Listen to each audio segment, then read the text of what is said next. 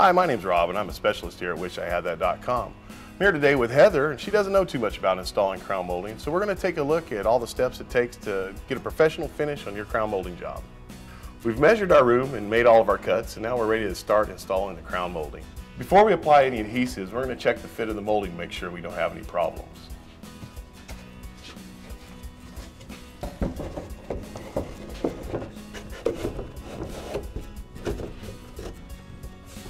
Okay, so we got the molding up here in place, and we can see a little bit of a seam there in the corner, but that's fine. It's actually a really good fit. We'll end up caulking up all these seams in the corners before we do our finish painting. Polyurethane is a little different than wood moldings. It requires the use of adhesives to hold it to the wall and hold it to itself. We recommend the Loctite Power Grab as it works really well with polyurethane materials. With the polyurethane molding, we want to make sure that we apply adhesive to the contact points here on the top and also at the bottom of the molding.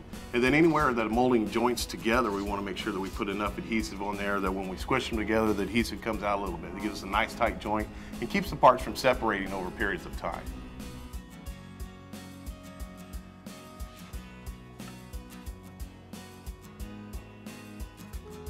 After you apply adhesive to the molding, you'll need to secure it to the wall with a mechanical fastener.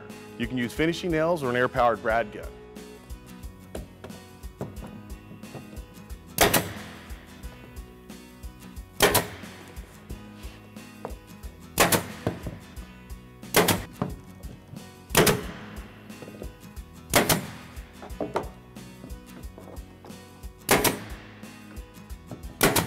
After you have the molding installed, you want to use some painter's latex caulk to fill up the seams and the corners where you have the molding installed. That'll make a nice transition from the wall to the molding and cover up any boo-boos or mistakes that you've made along the way. To get a good finish, make sure you cut the end of your caulking tube off in about a 45-degree angle. You don't want too big of a hole in the end of it because you'll get the caulking all over the place. Great thing about latex caulk is it cleans up with water and a sponge.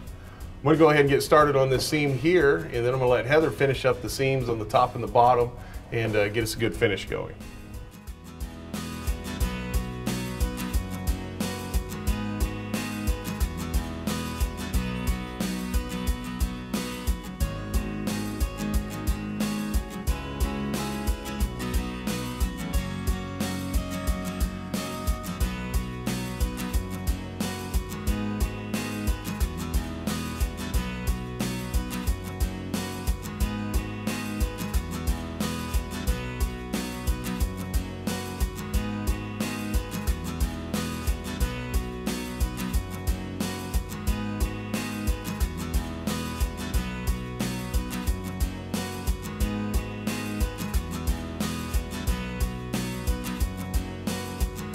All right, Heather, so looks like we got the crown molding installed and the seams all filled in. All we gotta do is wait for the caulking to dry and the adhesives to dry, and we can come back in here tomorrow and paint this.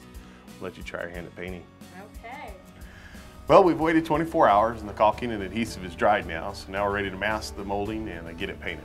For masking, we're gonna be using some blue painter's tape from 3M. This has a low-tack adhesive on the back side of it, so you don't have to worry about it tearing the paint off of your walls.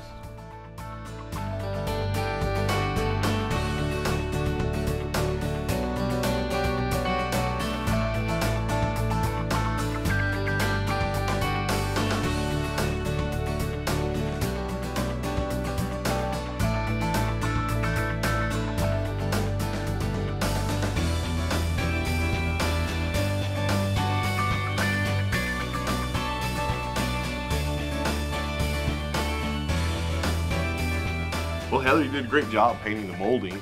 We got our first coat on there. We're gonna have to wait an hour or so to let that paint dry. Your paint drying times will depend on your environment and the temperature, humidity, and stuff. Another option that you have is to paint your molding before you install it. It's a lot easier to paint when it's laying on a bench. And then once you get it installed, you can go back and touch up your corners and any of the staple marks or fastener marks that you've left in there. And after you get the second coat on there, it'll give you a great finish.